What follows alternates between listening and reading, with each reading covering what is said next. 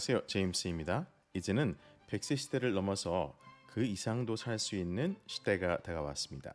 그리고 사람들의 신체 나이도 예전과 비교할 수 없을 정도로 젊다 보니 환갑이 넘었다고 하더라도 중년층으로 보일 만큼 건강하신 분들이 대부분인데요.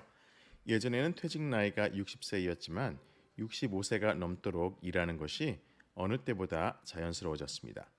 하지만 고령자이신 혹은 퇴직을 앞두고 있어서 실업급여에 대해서 이런저런 것을 궁금해하시는 분들이 꽤 많으신데요. 65세 이상도 실업급여를 받을 수 있는지에 대해서 궁금증이 있으시다면 실업급여 수령에 필요한 모든 자격 조건과 신청 방법 그리고 서류에 대해서 자세하게 설명해 드리겠습니다.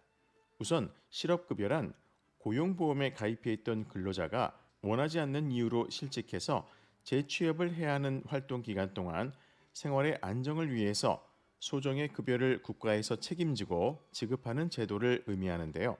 실업급여 금액이나 기간은 기존의 고용보험 가입 기간이나 월급에 따라서 산정이 되고 구직급여 이외에도 직업능력개발수당이나 이주비수당, 조기 재취업수당 등 종류가 다양해서 본인에게 맞는 상품을 찾아야 합니다. 실직을 한 기간 동안 최소한의 생계비를 보장받을 수 있는 제도니까 이를 적극적으로 활용하는 것이 당연히 좋을 수밖에 없습니다. 그렇다면 65세 이상 실업급여를 받을 수 있을까요? 우선 결론부터 말씀드리자면 상황에 따라서 받을 수도 있고 받지 못할 수도 있습니다. 일단 고용보험법 제10조에 의거하여 65세가 넘으면 실업급여 수령이 원칙적으로 제한되는데 하지만 여기에서 조심해야 할 것이 있습니다. 바로 65세 이후에 새로이 고용된 자에 대해서 제한이 된다는 점인데요. 만 65세 이전부터 고용보험이 있었다면 65세가 넘은 후에 퇴직하더라도 수령이 가능합니다. 그러니까 지레짐작으로 받지 못할 것이라고 좌절할 필요가 없다는 사실입니다. 자, 그럼 65세 이전에만 고용보험에 가입된 상태라면 다 받을 수 있을까요? 당연히 그것은 아니기에 65세 이상 실업급여 신청 조건을 살펴봐야 합니다. 먼저 제일 중요한 것은 실직 사유가 자발적인 퇴사가 아니어야 한다는 점입니다. 회사의 상황으로 인해 혹은 퇴직을 권유받아야 해당되는데요. 회사를 나오기 전에 18개월간 피보험 단위 기간이 적어도 180일 이상이어야 합니다.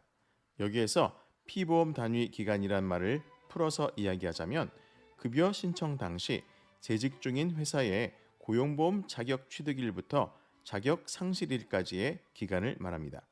즉 위에 해당 기간을 넘지 않는다면 조건을 충족하지 못하여서 65세 이상 실업급여를 받지 못한다는 사실입니다. 그리고 적극적으로 구직 활동을 해야 하고 앞으로도 재취업의 의지가 있다는 것을 수급기간 내내 주기적으로 인정을 해야 한다는 것도 잊지 마시기 바랍니다. 이 모든 조건에 부합한다고 생각하신다면 이제 신청을 해야겠죠? 65세 이상 실업급여는 손쉽게 온라인으로 가능한데요.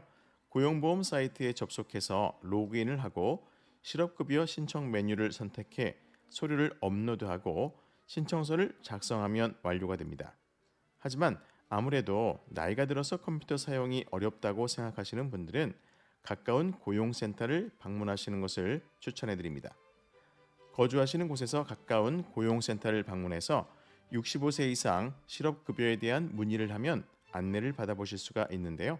더 좋은 건 미리 전화해서 필요한 서류를 알아보고 준비한 후에 방문해서 신청하신다면 일사천리로 완료가 됩니다.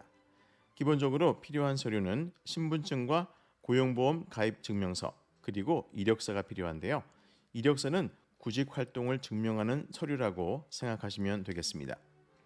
실업급여 기간은 최소 120일에서 최대 240일까지인데요. 이건 개개인마다 고용보험 가입 기간이 얼마나 되느냐에 따라서 다릅니다. 가입 기간이 길면 길수록 당연히 지급 기간도 길어지는데요.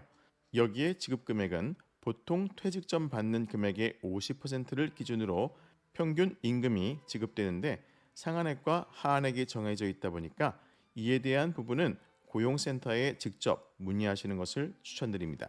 오늘은 이렇게 65세 이상 실업급여에 대해서 알아봤는데요.